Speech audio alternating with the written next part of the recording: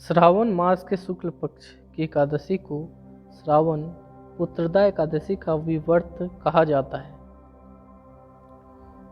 इस दिन भी निर्जला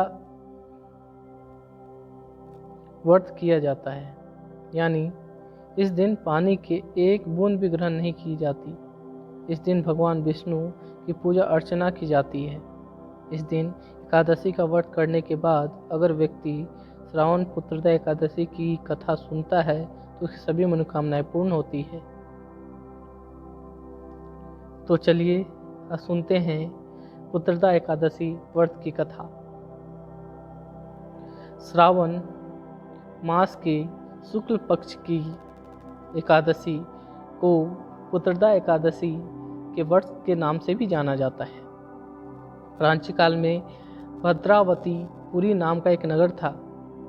यहाँ पर सुकेतुमान नाम का एक राजा राज करता था। इसके विवाह के बाद काफी समय तक उसकी कोई संतान नहीं थी।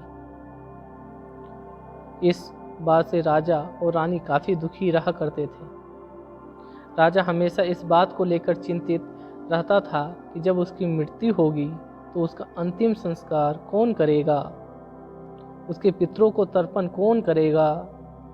वो पूरे दिन इसी सोच में डूबा रहता था। एक दिन परेशान राजा घोड़े पर सवार होकर वन की तरफ चल दिया। कुछ समय बाद वह जंगल के बीच में पहुंचा। जंगल काफी घना था, इस बीच उसे प्यास भी लगने लगी। राजा पानी की तलाश में तालाब के पास पहुंच गए।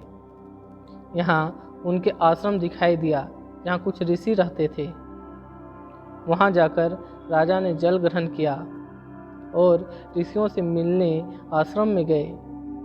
वहाँ उन्होंने ऋषि मुनियों को प्रणाम किया जो वेद पाठ कर रहे थे। राजा ने ऋषियों से वेद पाठ करने का कारण जानना चाहा, तो उन्होंने बताया कि आज पुत्रदा एकादशी है। अगर कोई व्यक्ति इस दिन व्रत करता है और पूजा करता है तो उसे संतान की प्राप्ति होती है। यह बात सुनकर राजा बेहद खुश हुआ और उसने पुत्रदा एकादशी व्रत रखने का प्रण किया। राजा ने पुत्रदा एकादशी का व्रत किया, साथ ही विष्णु के बाल गोपाल स्वरूप की आराधना भी की। सुकेतुमान ने द्वादशी को पारण किया। इस व्रत का प्रभाव ऐसा हुआ कि उसकी पत्नी ने एक सुंदर संतान को जन्म दिया। पौराणिक मान्यताओं के अनुसार अगर कोई व्यक्ति पुत्रदा एकादशी की व्रत करता है तो उसे पुत्र की प्राप्ति होती ही है। साथ ही कथा सुनने के बाद मोक्ष की भी प्राप्ति होती है। बोले विष्णु भगवान की जय।